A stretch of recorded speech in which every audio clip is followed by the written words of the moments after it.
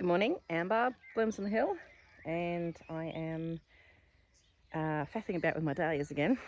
It's fairly early-ish in the morning, not outrageously early, but I am going to pinch out my new dahlias here.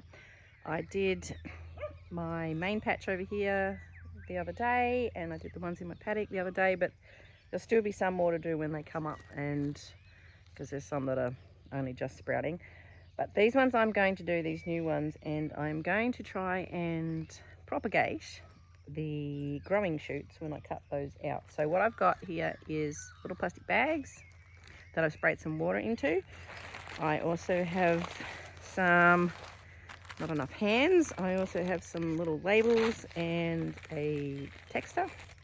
So I'm going to write the name on each label and pop it in the plastic bag with each little shoot. And I've just put that little bit of water in there just to keep them moist while I'm just getting the rest. So it's not going to take me that long. They should be fine. But I just want to do it all in one hit. But I'd like to try and get extras of these ones that I only have one of. So whether or not it's successful, we'll see. Last season I did the same thing and took some cuttings and tried to propagate them. I think I had only a couple that was successful. Others I found would go black. So whether or not they were too hot, I don't know, but I'm actually going to put these inside my house and baby them. So I'm just going to get to work doing that, and I will show you about what's going on for December in my garden, other than the usual overgrowth of weeds, because we had an awful lot of rain last week, so it's supposed to be quite warm at the end of this week. I'm supposed to have a market on Saturday, which is a bigger one, the roping market, but it's going to rain, and I have to take my husband's ute if I go, because my car needs new tyres. So I can't take my car. So I'm kind of thinking that I might not do it because it's going to be more hassle than it's worth. So there won't probably be a harvest tomorrow. And there's not a lot of stuff to harvest. You've got to weigh up, is it worth going with what you've got, for the amount of hassle, for the fact that I'm going to get wet. Yeah, I don't think so. So anyway, I'm going to take these cuttings and then we'll do a tour. Yep, just written a little label, write the label first, then take the cuttings. So I'm going to take out that centre growing shoot and pop it in the little bag. And then once I've done them all, then I'll have to take them up to the house and put some rooting gel on the end of them. And then what I'll do is I'll trim these leaves, and I'll show you how, but you probably know anyway, and trim these leaves off and yeah, pop them in some soil and cross my fingers. I've been waiting a few days to do this because it's been warm and they're at the wrong time of the day. So that's why I'm doing this in the morning while the plants are full of as much moisture as possible. And I tag in there.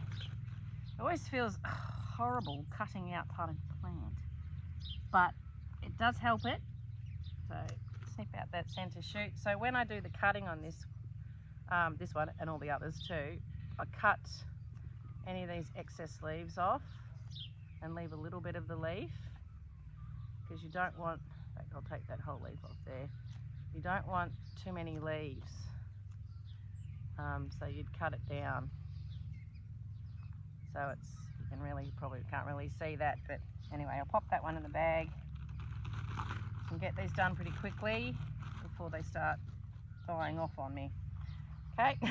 I have an enormous Christmas present here. It was from my sister-in-law, and my husband's just put it here.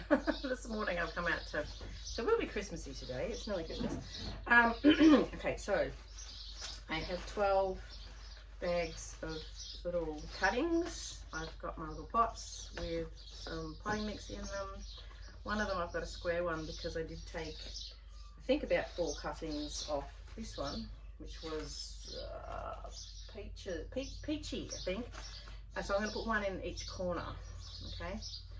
With that one, I've got some rooting gel, this is the Yates Clonix one. Don't know, not sponsored. And I think there's a rooting powder too. This is what I use. You don't have to. So really, the growth hormone in these plants, because they're so like small and they're really getting going. There should be plenty of happy growth hormone going on, but you can try and help by using this. The other thing you can use is honey. I haven't used honey before, but anyway, so simply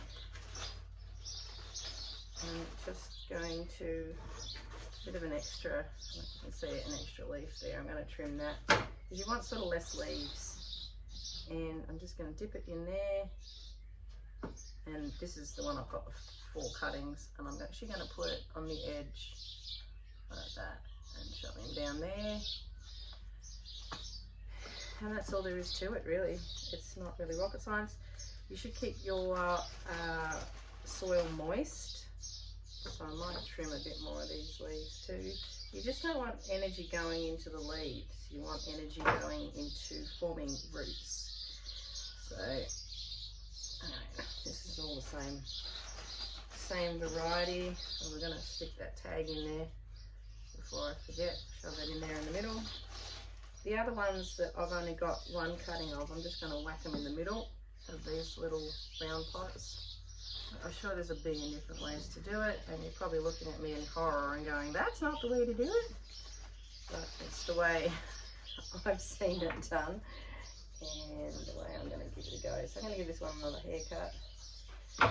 And fingers crossed that we get some extra plants out of it, particularly the ones that I've only got, get down there, where I've only got a handful, like I've only got 1 of them. So, you know, if any of those strike, then that would be good. So as I said, I'm going to keep them in my house. I'm going to irritate everybody with having this tray on the kitchen table, and just because it's going to be cooler in there. I've had them in this room last season and it gets hot. This is a sort of a carport roof kind of thing, this extension, so it does get, and this is actually a really small roof, even I can touch it and I'm tiny, so it does get quite warm in here, and I'm trying to propagate things, they don't love that, so keep them cool. And that's really about it, really. It's not, try some. Right, these are finished. I'm just going to give them a little spritz with some water, just like that. Keep them moist, pop them inside, and hope for the best. Now, if I was going to get super fancy with my cuttings, you put like a heat mat and all this sort of thing. I know that's with cuttings that you do in the early spring. So when you pot up your tubers, and then you take a cutting off the actual tuber when it shoots. So and I do read things that you can, like, you cut a piece of the actual tuber with the shoot, or you actually just slice it exactly even with it. So I'm not too sure which method, because I've never done either. Right, that job is done. I'll show you what's been going on in the garden. Not a lot really. And that'll be sort of the update for December, I suppose. We're in the home stretch towards Christmas. Alarming. So I did treat myself to some new roses again. I got them from Traylor Roses, which they are great. These ones were potted and they were on sale. So I got, how many did I get? I got 3 more online from Traylor that arrived in fantastic boxes, in fantastic condition. This one is another David Austin, of course. In fact, they're all David Austins. This is James L. Austin. And this one is Emily Bronte. And then I did get another one, which is a larger shrub. These are all medium size, so I've popped them in here together. But the larger one I'm going to create a space for over where this mess is, just here. This is actually my garlic in amongst the weeds. I've got to harvest that, so I'll do that hopefully today and create a spot there for that larger one, which is Mill on the Floss, which is a nice pink one. This one here was one I actually managed to get from, it was actually at Bunnings, which, if you're not in Australia, that is a large hardware store. Prefer not to really buy things there, would rather go to a smaller one, but I happen to be in there. Anyway, so this is Summer Song, another David Austin. So we're making a nice collection of David Austin roses. So this bed here has just got 4 David Austins in it, but I've still got to plant that other one. So yeah, this is my garlic patch. As you can see, this is all dyed right back. And in here I've got the elephant garlic and also an Australian garlic. So Got to get that up today and then hang it all up, dry it all out and hang it up. Now I've got cosmos that's starting to flower. So this did all get pinched out. This one's actually the apricota one, and I don't know why this one faded, but it does have darker flowers. And this one's another dark one, and there's 3 along here that haven't bloomed yet. The Godesha is still going, though it's starting to get a little bit sort of splayed open where the heavy rain we had last week and all that wind kind of knocked it about a bit, but still going. There's more cosmos in this same bed with the Godesha. This one looking like it's going to be a white one. I kind of lost track of what plant was what. So I did have a few different varieties, so we'll just have to see what is where when it flowers. My scabiosa is finally looking like it's almost going to flower really soon. It's really tall. And there's some buds coming. Now my dahlias in my flower patch. They are, I gave them some seaweed again yesterday, so every 2 weeks I give them a feed. There's quite a lot that haven't actually come up.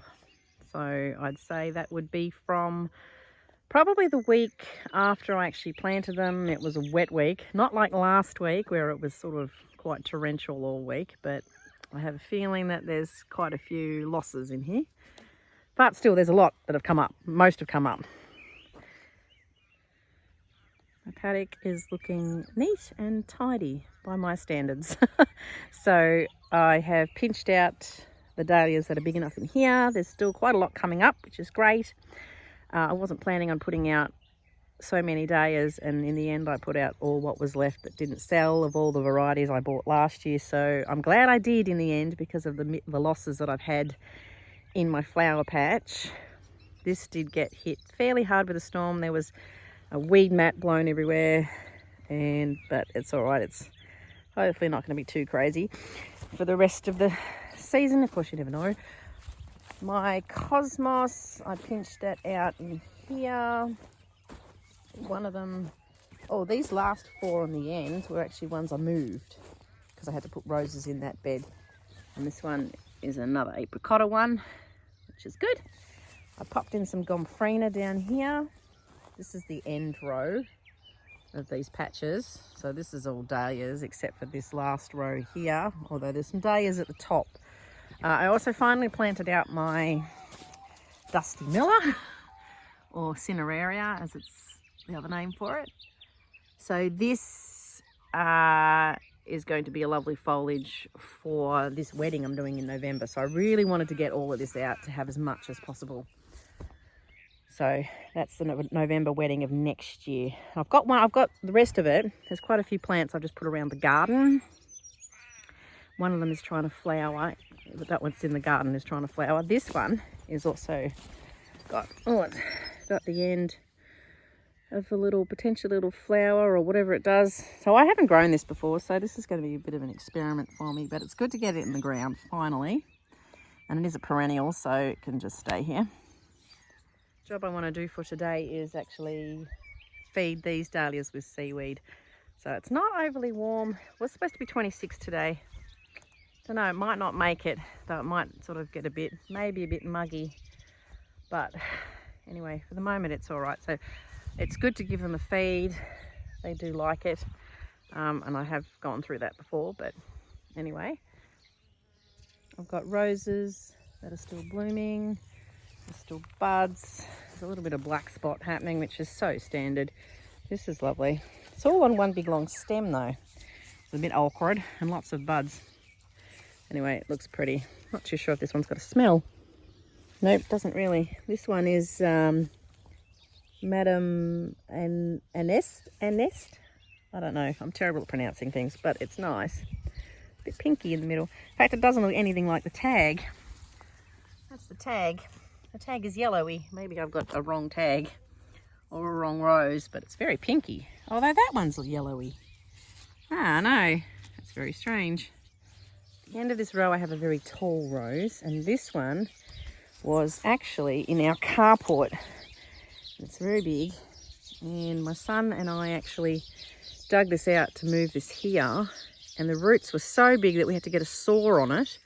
I didn't know how it was going to go transplanting it, but it is fine. So that was sort of through the winter of last year that we moved that, and it's really, really hardy. Cornflowers that are still going. They probably need to be deadheaded a bit because there's some ones that are a bit yuck. I'm not cutting into cornflowers anywhere near as hard as I was last season. I also don't have as many, but see, some got flattened in that storm too. These are a handy little flower, but probably need a bit of a deadhead. Got new dahlias that are coming up. You can see some here, another one here, and then there's this other little bed here. These were the latest new ones. So there's one there. I've still got 6 more coming now. Of course I do. But I've got to just find a spot for those now. My feverfew is flowering beautifully, and this particular patch got flattened by the weather, which is annoying because this is the biggest patch of it. But I can still sort of cut off it. Anyway, I'll do the best I can with that, but I hate to waste it. My new roses in the front part of my garden are growing really well. This weather's been great for them, all this rain. Of course, the weeds have grown really well as well. Anyway, at least they're looking good. And look, there's not a lot of black spot or anything too, which is great. But, yes, here's a really pretty bud. There's Abraham Derby down the end here with quite a few blown roses. But, going off. That off. That's beautiful. Yeah, need to do a bit of deadheading, but these have been great. They're all coming along. The foxgloves are finished, so I'm just going to let these go to seed, and hopefully they'll just go crazy and reseed themselves all through here, because these look lovely. I didn't pick any. I was too scared of them as they're poisonous, but they just look great in the garden. And I've got little patches of Sweet William. This is underneath my plum tree, which is outside my kitchen window, coming up. And I got a new pretty hydrangea. And this is one that's been in here for a few years, so that's getting up. And it's a really unusual star-shaped little flowers on it. I love the foliage and arrangements too, so I really want lots of hydrangea because they're really handy. This is another one that my mum got me from a market. Got a bit of sad looking foliage, but there's new growth, and that's quite pretty. So whether these stay pink or not, I don't know. The colour depends on your soil, so I've got these different colours. We'll see what happens, I guess. And there's also another one over here. I think this was from last year as well, this hydrangea. I don't have many shady spots, so it's sort of difficult to find places to put hydrangea in my garden, because these are actually under this plum, and there's my house. That's my kitchen window up there. This plum tree is quite old, and there's branches. It's actually being supported by a post under here. You might not be able to see it, but the plan is to pull this out eventually. It's a really big tree, and you get a heap of plums off it. But for the moment, this is sort of my good shady area for hydrangea. The rest of the garden's looking all right. I've got lots of feverfew scattered through the garden, so I can just pick off it. And there are roses too I bought last year, which is sort of inconvenient now because it is difficult harvesting things that are all around the garden. It makes harvest time takes an extra hour. As you can see, I put Dusty Miller all around my garden in amongst things. But this is looking really nice and lush after this rain that we had. It's another beautiful rose here, which is quite open.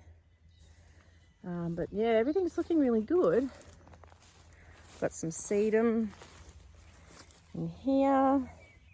My husband gave me this thing. Maybe last year it was.